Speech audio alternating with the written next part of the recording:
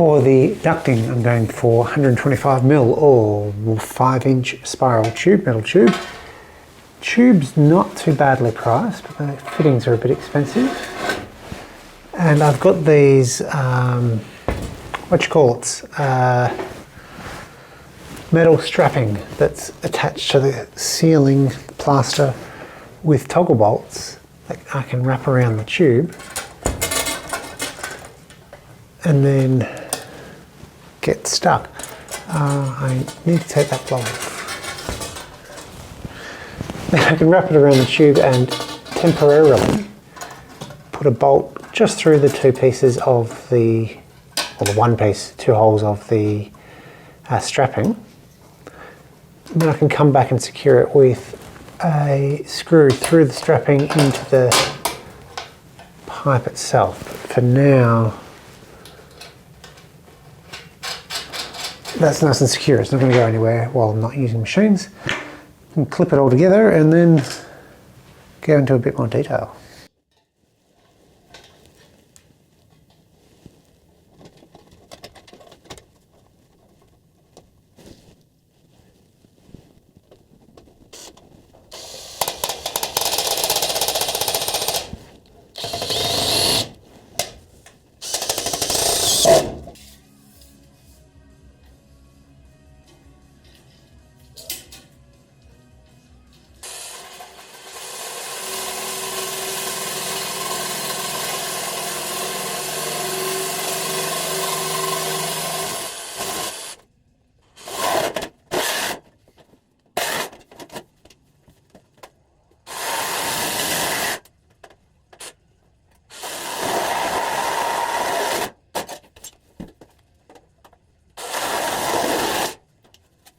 This is the drop for the table saw and the router table. It's unfortunately not the most ideal piece. This is a T, it's a T, it should be a Y. Unfortunately, I did not quite realise that from the website I was ordering from. They had several T junctions. Some of them were, T was a 45 degree, which is what I actually wanted.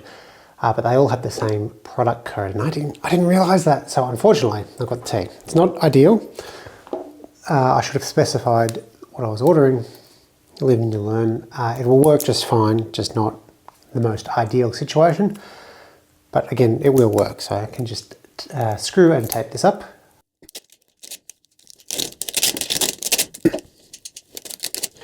This may not be the final configuration for all of my ducting and all of that, so I might have the workshop move around, maybe a standalone router table, something like that down the track. So it's not the end of the world. If it does bother me before then, I can always replace this one piece. In the meantime, I'll get dust collection. At the bottom of the drop, I've got a sweeping 90. Yep, that's what it is. And this is where the Y split will go for the table saw and the router table. That's the other tool. I've also got a spacer here that keeps it off the floor so that I can use the blast gates. Everything will fit. I'm not sure what the best solution is for this. For now, that'll work. I might need to screw it into the floor. I haven't really thought this far ahead, and I need something to keep this whole thing from dropping down on my head.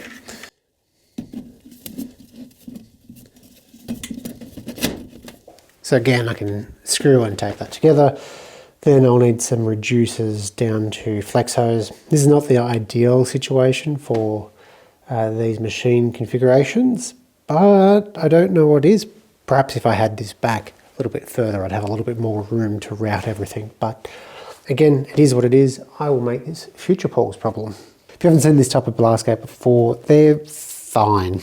They're not the greatest, but they work okay. The gate itself is this thin piece of sheet metal that, as you can hear, has a fair bit of play in it. So you want to position it so that the knob is on the machine side of it.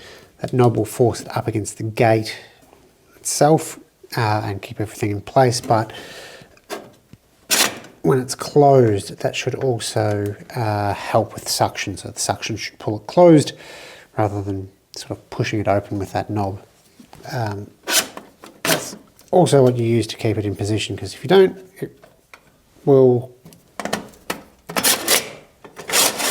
kind of fall closed by itself. Another tip from Nick Green is that you can use large magnets to keep the gate in place. So put the magnets on this side, then you don't need the knob. I'll just pull everything towards the gate and hold it in position because it's just sliding up and down. I just don't have any magnets on me at the moment, so I can't try that out. I want to preempt a couple of questions I expect I'll probably get, like why'd I go with IVAC?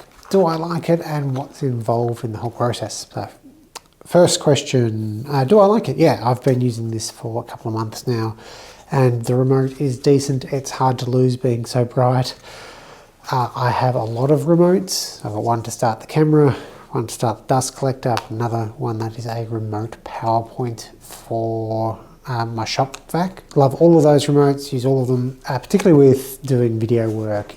It can often be problematic when you've got the lights and the camera and everything set up and you're like, I just need to kind of weave through all of the things and then I can turn on the dust collector.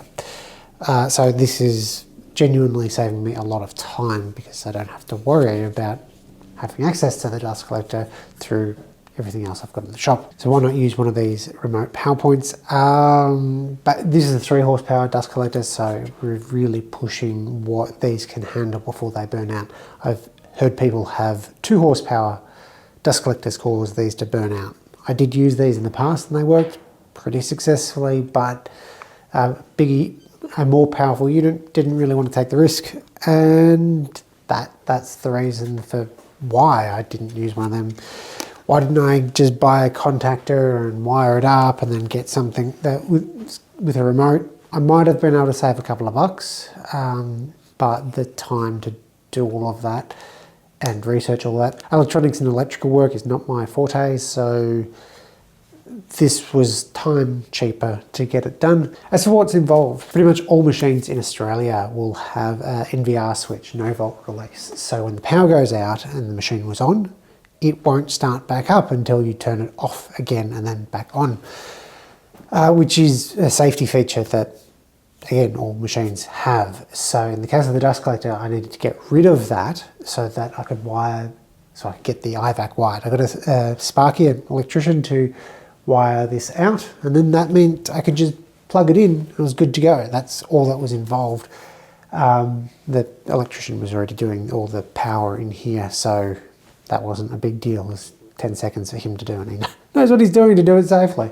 One of the advantages of this particular unit is it still maintains that NVR protection despite still having a remote. So I've really lost nothing other than money, I suppose. So the ducting. Questions I'm imagining are why, how much, where, also why. The dust collector is a 5-inch dust collector on the outlet. So really that's going to be the largest ducting that you can run from that unit. Getting 5-inch PVC is basically impossible and very expensive because in Australia the only 125mm PVC I'm aware of is class 12, I think it is, pressure pipe,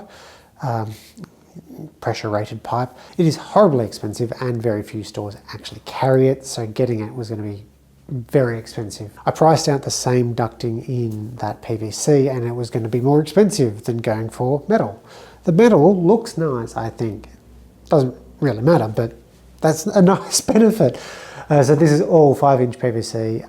Past the gates goes down to 4-inch flex hose because that's what my machines have. So where did I get it? I got it from a company in Braeside, Victoria called Spiral Duct. It's a very imaginative company name. They sell a lot of spiral duct and spiral duct accessories. I spoke to, via email, Wayne Holmes, the guy there, and lovely guy, very helpful. Got this all sorted real quick. They were surprisingly quick. Well, I was surprised at how quick they were and I was not prepared for how quick they were. So the ducting sat there for a long time and I couldn't use it because I had other things going on. What was interesting to me was the pricing of the ducting was actually relatively cheap. The 5-inch ducting was about $12 per metre. I ended up getting 14 metres and haven't used 4 metres of that, so I planned very, very poorly. So the ducting is very cheap. Where they get you is the fittings. Now this is the same case if you go for PVC, particularly if you go for 6-inch PVC. The fittings will be many times more than the pipe will cost. The most expensive were the pants wires at about, I want to say about $125 a pop, which certainly hurts, but going for buy once, cry once, and the increased diameter should give me better dust collection than going for 4-inch PVC, which is very affordable. All the other bits and pieces, well, it's really going to depend on what your ducting is, whether you need a whole bunch of 45s or 90s or whatever. So all up, it was a little bit under $1,000 Australian. I have no idea what the price is now, because that was when I ordered, and I'm not going to be held responsible for price fluctuations. The 90-degree sweeps are gentle enough that you can use those rather than 245s. So that's nice. Goes together real nice. It looks nice. Did hurt the wallet, but it is buy once, cry once sort of thing. What about blast gates? These are the old blast gates that I had, 3D printed flanges on some plywood, self-cleaning gates. Really quite like this design. It has worked very well for a number of years. Why didn't I go with them, and why did I buy them instead? Time, basically. I'd have to remake all of these. These are not large enough for the 5-inch diameter. So I'd have to make 4 of these gates, or I could buy them for about, I think they were about $25 each, maybe a little bit less than that. And these are fine. I need to print adapters, but that goes a lot quicker than making a whole bunch of these, since I don't have any plywood in stock at the moment. There's not much to it. These saved me a lot of time. These would have not saved me money at the moment because I don't have any scrap plywood. This is a really creative answer.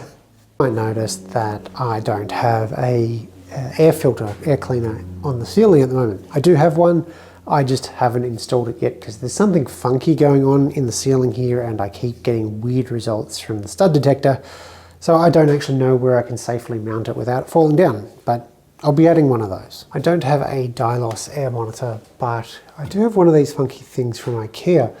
It's a string of letters that is smart air quality meter. So we've got PM25s, temperature and relative humidity. It also has VOCs, which is interesting, but not that relevant in Woodworkshop.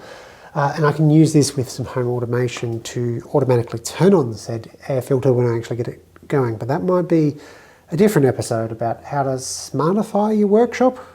It would be really cool if I can get this to work with all the air control stuff to turn it on and off as this number up here gets bigger or smaller. But we'll see. Since we moved to this workshop that's attached to our new house, I've been mostly using this, and it feels just so very good to be able to exchange it for this. The workshop is more or less complete now. I've got all my tools are now usable. All my machines are hooked up to dust collection, and that's fantastic. I've got storage for stuff. I've got fantastic lighting. My feet don't hurt because the floor is great. I'm just so very excited to be able to start making real wood projects again, starting tomorrow, and I'm very excited. Thank you for coming with me on this journey. Thanks for watching.